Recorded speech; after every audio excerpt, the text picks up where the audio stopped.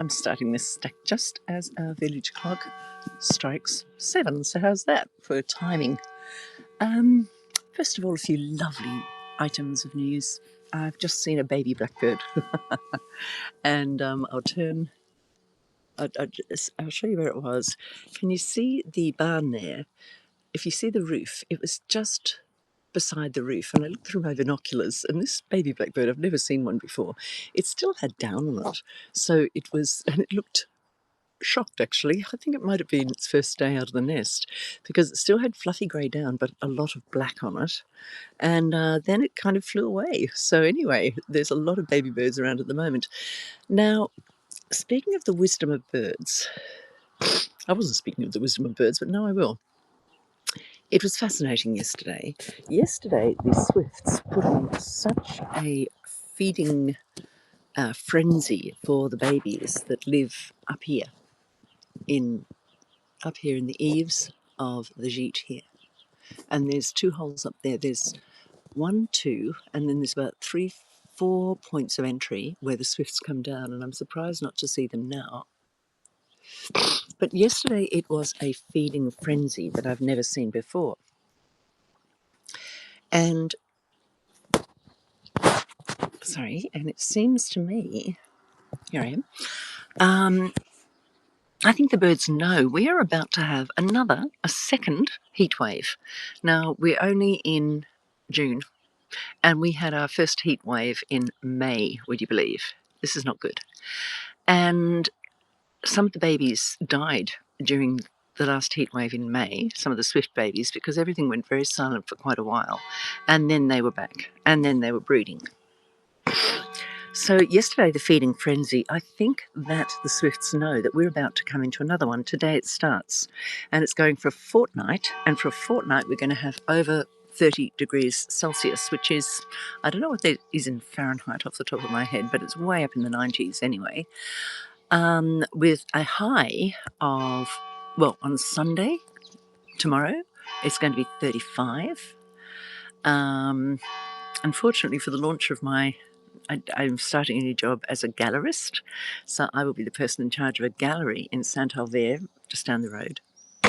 And that evening, it's going to be 33 degrees. So we're arranging to have a little sort of 2 covered areas that guests can stand under. And everyone's going to be wearing their lightest summer dresses, I can tell you. Except the guys who may not choose to wear dresses. The swifts are coming. Here are the swifts. What you're hearing now is it's the carillon. It's the morning wake up to the farmers. It used to be that the bells would regulate their days, and so we have this at 7 a.m., at 7 p.m. and at 12 noon. So the 12 noon one, no, the 7 a.m. would be, you better be out in the fields by now, or at least get up and get out in the fields. The noon one would be get back home, your wife's got the food on the table. And the evening one would be get back home because dinner's on the table. The swifts are here. You can hear them. It's all a little noisy at the moment.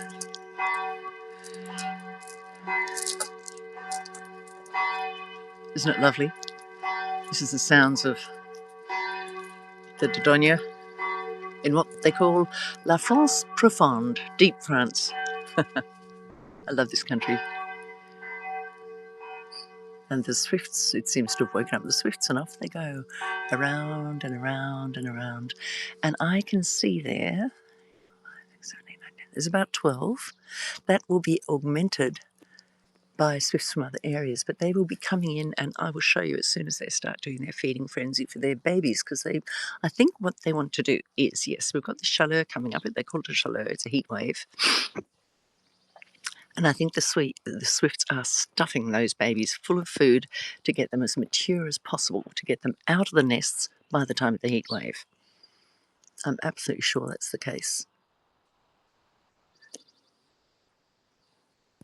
They've gone now, but they're preparing. I can see them all. They're up high and they're feeding at the moment. Now we can tell it's going to be a beautiful day because the swifts are feeding high, and that's where all the insects are, because obviously high sacred storylines. So I love your stack. So you can see, because the air is rising, I'll see if you can see them. They're way up high in the sky. You can't see them from this distance. Look at that gorgeous blue sky. But that's because we're going to have 33, I think, today, 33 degrees.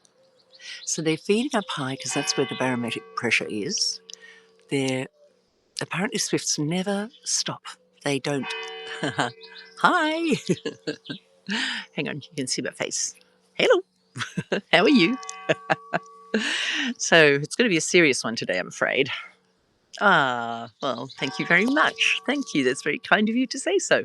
I'm becoming a little more regular in the mornings because for me it's a good way to keep in touch with my Substack followers. I'm getting rather busy at the moment because because I'm starting work as a gallerist, and so hi Leyland, how are you?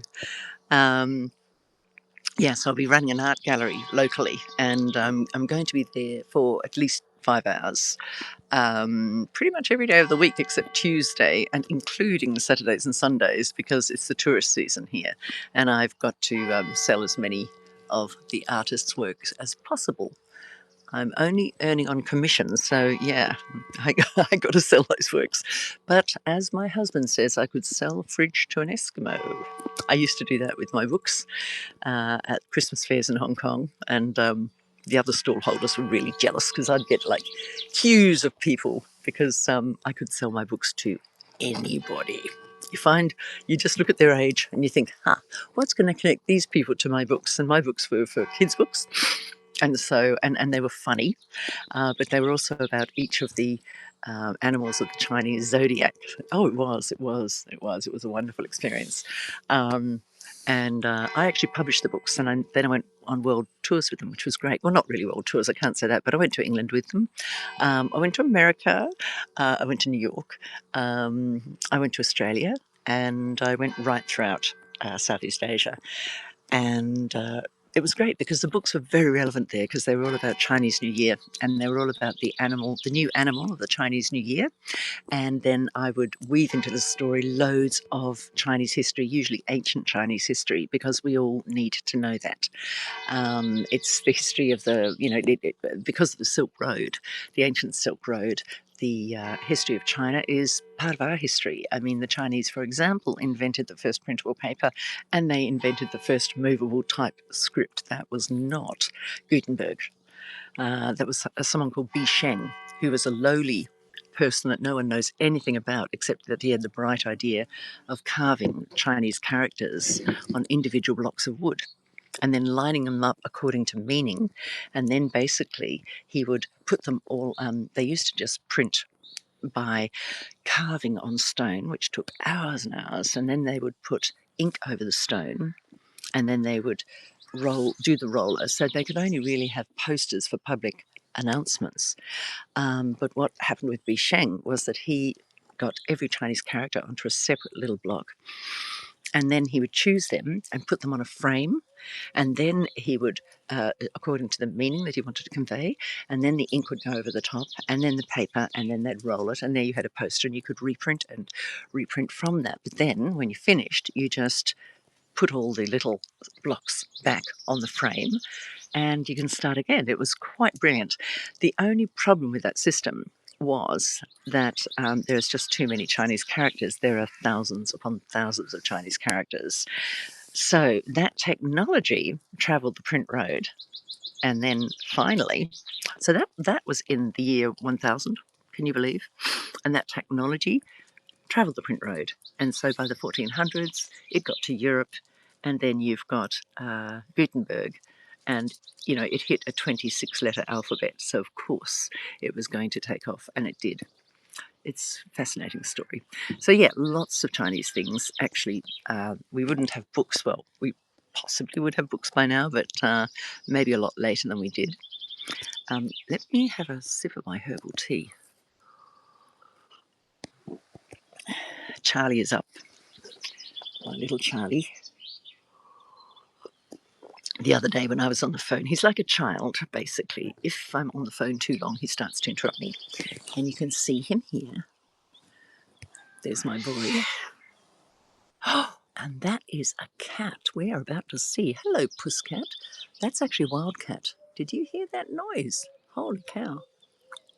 He's on top of my garden shed and he's looking down at me and he's looking down at Charlie. And Charlie doesn't care. Charlie is a very, very laid-back puppy, except with his mummy, who he loves passionately, and I love him passionately too. Here he is. Dear boy. Anyway, oh, and the Pusscat's gone. We saw that cat along here the other day. It walked along here, and then it looked at Philippe through the kitchen window, and then he's shooed away. So I think that cat seems to have a claim on our particular house, and he checked out that I and Charlie were up, and he decided, nah, not going there. Anyway, let me come back to you. So today, yes, with a chaleur or a heat wave on us from today, so early, it's the second heat wave we've had so far this year, we need to talk about global warming. And I feel that with what's happened, no, Charlie, go away, go on. Charlie is now on the fence again. That's Charlie, here he is. No, darling, no, sweet, no, come on, go, come on, come on, Charlie, come on, come on. It's my baby boy. Yes, I do have lovely setting. I have a gorgeous setting here, and this is the house of my dreams. And I have the dog of my dreams, and I have the husband of my dreams, and my daughters, the daughters of my dreams, who are in Melbourne.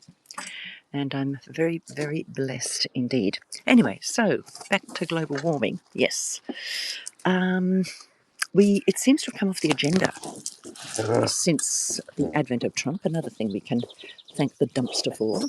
Charlie, get down. And this is not good, obviously, because this actually is worse than Trump. I mean, Trump and, the dumpster is a pretty painful experience right now. But whilst he continues with his shenanigans, the world continues to heat. And it's getting faster and faster than the scientists had predicted. And this was brought very much to mind for me by someone who's a Substack subscriber, and I'd very much like you to subscribe to him. His name is Wesley Van Drongelen. So Wesley, Wesley, Van, V-A-N, and then Drongelen is Drongelen. He has started a new Substack called Between Two Worlds. He is a university professor working in Switzerland, but he's also one of the leading experts in the world on basically small states.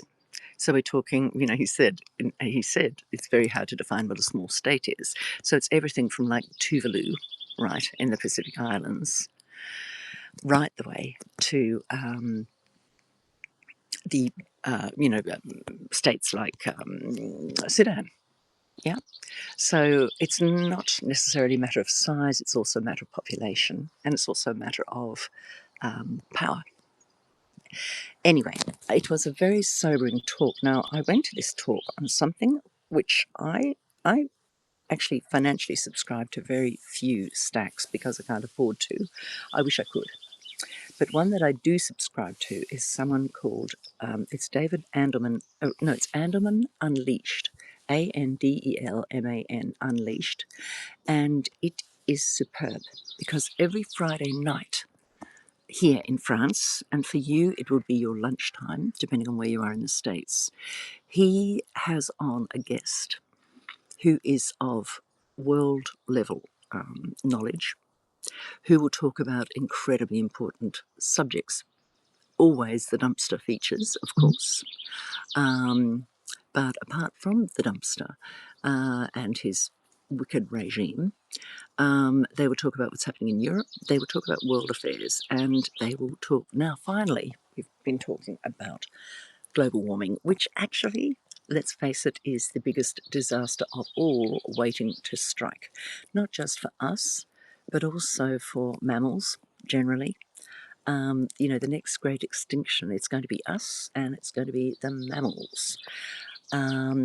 insects, birds, hopefully, will survive. As in the time of the dinosaurs, the small creatures survived, and many of the plants survived, of course. So we need to talk about this, and we need to still keep it front and forward in our minds. And I hope that you guys, all of you, are doing what I do, which is obviously, we do by French law anyway, we recycle. But I rarely buy new. In fact, I've got all the clothes I need, and I have posted many, many times about how to get rid of the dumpster and his evil regime. It's also how to save this world, or the planet, for humans, for mammals, for the plant life, well, basically for the world we know around us. And what we do is you just have to pretend you're the Brits in World War II. So what you do is we just have to stop buying unnecessary items, because we know how many items of crap we all buy. Good. Thank you, Sacred Storylines. He's brilliant. Send him a message and tell him that it's because of me. We kind of clicked last night on the speech last night, and he's terrific. He's subscribed to me too now, which is nice. But yeah, if we pretend we're Brits in World War II, what they did was that they had, everything was limited, resources were limited. So what you got to do is you've got to, and I say you, but I say we, have got to stop buying unnecessary items. And that means we only buy the essentials in food, in energy, and in housing, and in, food, energy, housing, and medications. And that's it. Just kind of go on a purchasing strike. Now, if you do that, no one in the Trump administration can identify you, because if you're not using your credit card, then it's going to know who's not doing the purchasing.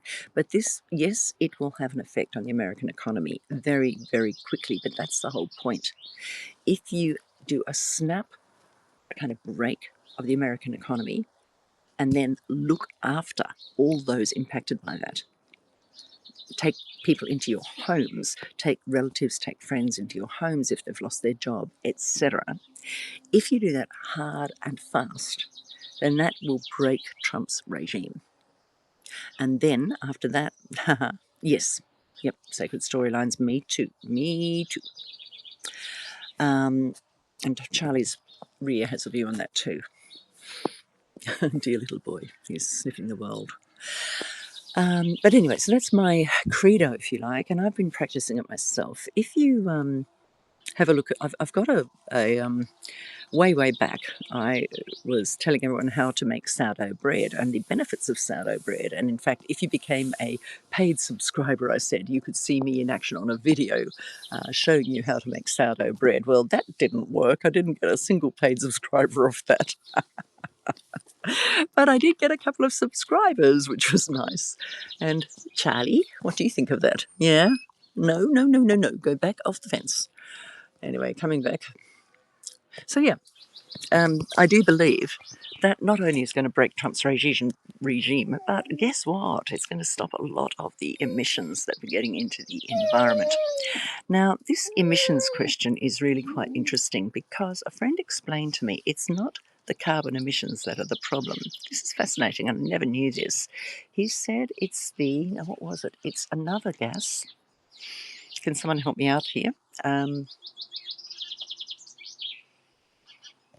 It's not nitrogen. It's not hydrogen, I don't think. It's methane.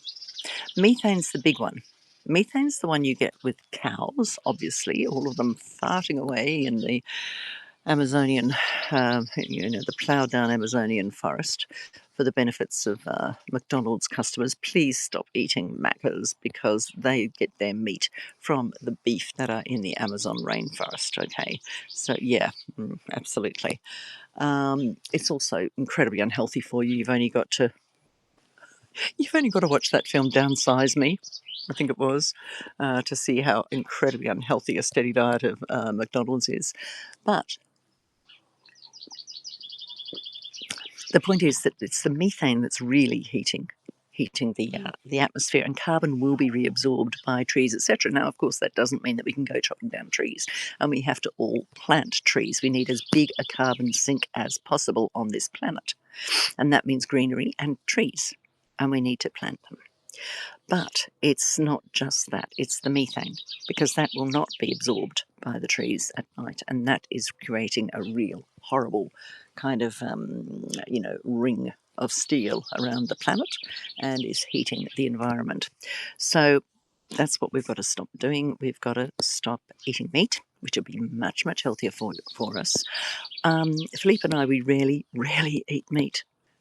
We rarely eat meat now.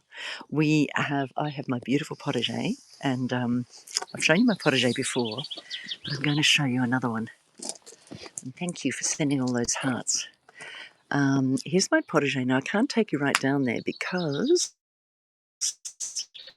the limits. But I tell you what I've got in there. I have got lettuces, and every time we eat a lettuce, plant a lettuce, right? So I plant them from seeds. We've got I've got carrots. You can see that flowering plant in the middle? That is a broccoli that I have left go to seed, because I'm going to shake all those seeds into a paper bag, and then I'm going to plant them so that we have a repeat crop of broccoli without me having to buy more seed. I'm also really into saving money.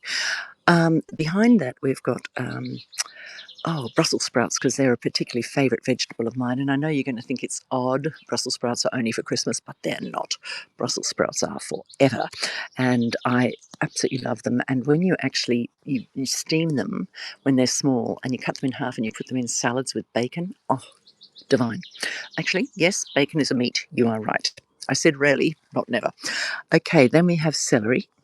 And then we have tomatoes, and I've got all different sorts of tomatoes, and interplanted with tomatoes are radishes, because companion planting, they stop the tomatoes from getting pests. And then behind them, I've got aubergines or eggplants. I've got peppers, 3 different colours, and then I've got a huge bed of potatoes. Now, what that does is it makes us self-sufficient and extremely healthy. If you have never tasted a strawberry planted in the earth, what is my boy doing? My rotten little child. Aha, see what he's doing. That one. Charlie has a fine line in chewing sticks, but can you see here? He has taken this stick out of here. Charlie, I had to put this fence up to stop him from crossing. No, Charlie, no, off. Come on, off. From crossing into my garden and ruining it, right? Yes, excellent. Mostly chicken, indeed, and also fish. Never forget fish, because Sacred. I'd love to call you Sacred, but what's your name? Because I find it hard talking to you when you're just Sacred Storylines. What's your first name, my sweet? Anyway, you're sending me hearts, but you're not telling me. Anyway, yes. Meat as a seasoning. Very clever. Very, very clever. Catherine. Aha. Thank you. And I love the name Catherine. I was going to call my first daughter Catherine when she was born, because I just think it's the most beautiful, elegant name. But unfortunately, she had dark hair when she was born. And as far as I'm concerned, Catherines have to be blonde. Well, of course, she turned blonde anyway. In the end, I called her Beatrice, which is such a beautiful name anyway. But yeah, Catherine, thank you. Yeah, so that's what we're doing. We're planting our own veg. Now, because we retired, we can ill afford to be splurging money on food anyway. But this is the way you get extremely healthy, and our blood tests are always perfect now with our doctor. We do the bloods, and oh, thank you. And you used to be a brunette. Well, I'm naturally a brunette, but the sun lightens my hair. Yeah, and as used to be is the correct word, because at the age of 65, my dear, most of my hair is pepper and salt, but I skillfully cover that up. In fact, Catherine, I am absolutely determined. I'm vain, like like the best women. I am vain as hell. I look so much older when I let my hair go back to natural, and so yeah. So that's why, but you can see here, you can see the roots showing through. So it's my one little vanity. I get my hair coloured, and I try to limit my visits to hairdressers. So I've got these sprays you can get in Intermarché, which is a local supermarket, and you spray it on the middle, and it's clever. It basically keeps you looking like you're 70. Holy cow! Jeez, Catherine, you don't show it. Anyway, blessed be us who are in their 60s and 70s, for we have the wisdom of the world. And the 80s and the 90s. I plan to live to 120. I don't know about you, Catherine. So, what else? Yes, so we were talking about global warming, which is a continuingly serious problem. Glad you're following Wesley Van Drongen. The reason I'm kind of summing up a little bit now is that I've been warned that my battery is very low. I will keep going as long as I can. But if I cut out, that will be the reason why. The sun is just starting to come up, and it's just lovely because, I'll turn it around here. Now, can you see? That's the east, and there it is. And I wish I could magnify on this video, because when it does come up, it creates patterns here through the wisteria.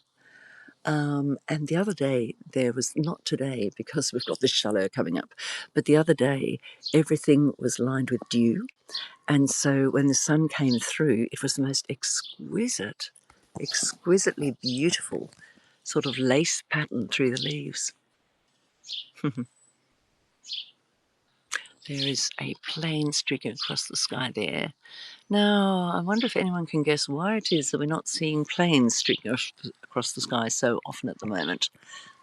Now, that also actually is good for the environment, I have to say, even though it's been caused by Trump's stupidity and idiocy in causing the Straits of Hormuz to be blocked, so that now nobody can fly anywhere. That at least is giving the environment a breather. If we're looking at what's essentially important, it's probably quite a good thing, but it's a terrible thing for people who are trying basically around the world to keep their crops alive with fertilizer. Not that, we try not to use fertilizer, but, if you're a large scale farmer, you need your fertilizer, particularly if you're in India. Yes, Catherine, here's an embarrassment. I'm Australian, and I feel embarrassed. I feel embarrassed as a WASP, a white Anglo-Saxon Protestant, because he is too. And I think the man is Presbyterian, which is really horrible because I am too, or I was christened Presbyterian. And my dad actually was Catholic, but he was a lapsed Catholic. He left the church when the priest started berating one of the women in the congregation that she hadn't paid enough dues to the church. And so he just walked out. He was a teenager at the time and he never went back. But by the end of his life, he was certainly accompanying Mum to church always. Yeah, no, good, yes. Catherine, I'm sure you didn't vote for him. And in fact, I would say that probably pretty much everyone on Substack didn't vote for him. Even Anthony Scaramucci, we love listening to the mooch. I don't know if you all listen to Katie Kay and Anthony Scaramucci on their podcast. It is absolutely brilliant. It's The Rest is Politics USA, and it is absolutely worth listening to. And if you want to get a more global perspective, then it's very good if you listen to The Rest of Is Politics UK. It does look a lot at UK politics, but it also looks at a global perspective, how things are affecting the UK. And of course, the dumpster is affecting the UK. I'm going to call him the dumb fuck. I rarely swear, but I'm going to call him the dumb fuck today because the reason I don't is, I do swear in my normal life, but I don't swear on Substack. And the reason why is because I'm a writer for children. And so I've learned to be careful online with swear words. But however, he is a dumb fuck. He's the perfect apparition of dumb fuck. And, so I have used it on some of my posts, but rarely. But there's other names we can call him, like the dumpster, which I like very much because he's a rubbish truck, a truck full of rubbish. And I love the orange pustule. Don't you love that, Catherine? The orange pustule. That is the name I give that horrible little man. And you can just imagine that one day the American people are going to come along and they're going to squeeze that pustule. And it ain't going to be pretty what comes out the top. Then you clean up the mess, and then in comes, you've got to reform the whole system. You've got to get rid of that electoral college, in my view, IMO. Get rid of the electoral college because it's outdated and it's absolutely ridiculous that, oh, geez, yeah, the OP, indeed. Yeah, it is ridiculous that an election can hinge on, a couple of votes in one state because of the electoral college. So get rid of that. You've also got to introduce compulsory voting. We have that in Australia. And if you have compulsory voting, you end up with centre politics.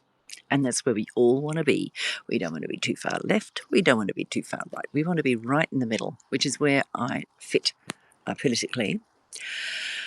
Well, Catherine, good, excellent. And I think that obviously the dumpster, okay, let's give him credit. He has been such a shock to the system that I think he's woken everyone up to the integral flaws in the American political structure. And that's good. That's a good thing. We can thank that nasty little piece of muck for that. And so that after he goes, which he will, and he's going now, but after he goes, and I can't see anyone really succeeding him because Vancy Pants MAGA hates, and he's a pseudo intellectual, which nobody likes in MAGA.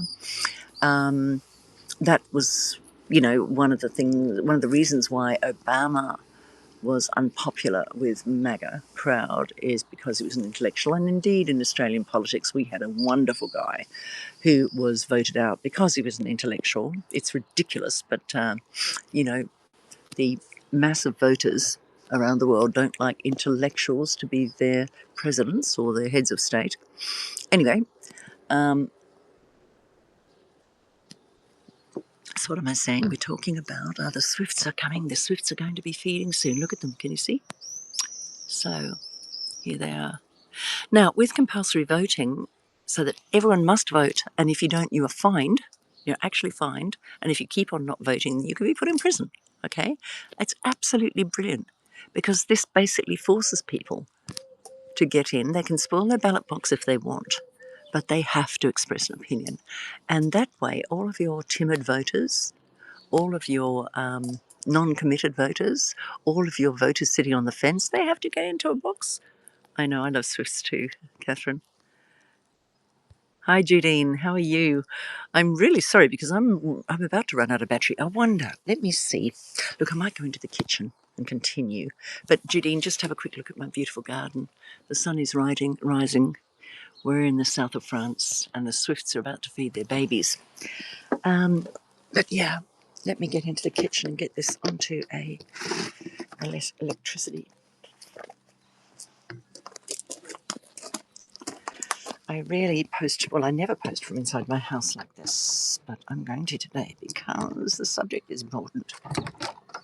Here we are. Charlie will probably come in. I'm going to leave the door open because it's warm in the house and we're going to be very, very hot today. Okay, so here is my computer, here is my lead. In we go. Okay, now I'm charging. Haha, now we're okay. Okay, this is my dream kitchen. That beautiful stove, it's called my Forever Stove. We are not alcoholics. These are just bottles that we use and we keep out there for the different reasons. And there are my sourdough vases up there. My collection of birds, because you will all know I love birds. And my goat. And pig. Can you see that pig up there? I love my pig. I call my pig the prescient pig, and the reason why is because I bought my pig, or at least the pig was bought for me by my ex when we became engaged in Paris. And I just fell in love with it. It's made of paper mache. It was in a shop window and I just fell in love with it. And I've had him ever since. Now, this present pig was predicting my current husband. My ex was a disaster, but I will... Thank you, Catherine. My ex was a disaster, but I will never, ever regret that marriage because it gave me my two beautiful children. But my beautiful husband, who's the love of my life, he's a Frenchman, as you can probably guess, and he was born in the year of the pig. So I sort of say that the man upstairs, well, it's not the man upstairs, the power upstairs was looking after me at the time that I was getting engaged to my terribly toxic ex because, he was giving me my daughters and he was leading me to Hong Kong because at that time I lived in England. So he was leading me to Hong Kong where my ex was transferred and my beautiful husband was living in Hong Kong. And in fact, I was driving past his apartment every day when I was basically picking up the kids from their playgroup and going into town to buy things and going into town with publishing of my books. And I was I wasn't driving exactly past his place. I was driving past along a road that was parallel to his place almost every day. How's that? And he was living there. And we met after my ex and I separated, and indeed just as the decree absolute came through. So that's a bit of a story. So there's my prescient pig. And I also wanted to show you this. Isn't this beautiful? So this is it's a Japanese salt shaker, and I got it for 19 euros at a fair the other day in the beautiful walled town of Montpazier because I was basically going to the tourist board to promote the gallery opening that I will be doing on the 20th of June. And so what you do is you put the salt in here and you shake it down like that, right? And it goes into this round canister and then you go like that. And this is called, it's raku, so it's Japanese, but it was made by this very interesting, very thin man with tats all over him. And so I've got his name because I want to exhibit him I'm going to do an event for Lunar New Year in February next year because Lunar New Year means we can include the Japanese, and his work is incredible. And he says he makes huge vases, which will be incredible in the gallery. The other one I'll introduce you to, I'm a lucky girl, I'm living the life, that's for sure. Have a little look. So here's my little, I call her Bécassine. Bécassine was a cartoon character, a French cartoon character, and she looked a lot like this. And the artist, her name is Marie Pichon Van. Look at her, isn't she gorgeous? Look at her laughing. And I got it because it reminds me of me. Look at her little bottom. Isn't she gorgeous? She's just adorable. There she is. And so anyway, I'm going to be exhibiting her work as well. I'm going to be telling everybody about the upcoming launch. I know that you can't use Substack to advertise products, but I am going to use it to just tell you. And then you can have a look on Instagram because we can send anywhere in the world. Now, my beloved has just got up. I can hear him behind me. So I am going to say goodbye because we are about to have brekkie together. You can hear Charlie practicing his howl. So, hi again. So I'm going to say goodbye now, but it's been a good chat this morning, and I think we all just need to remember global warming, what's going on with the planet, because ultimately that's the more serious issue than the dumpster. And thanks, Catherine. And you have a lovely day too, and a lovely day too to the 3 others who have been following my conversation. Okay, bye.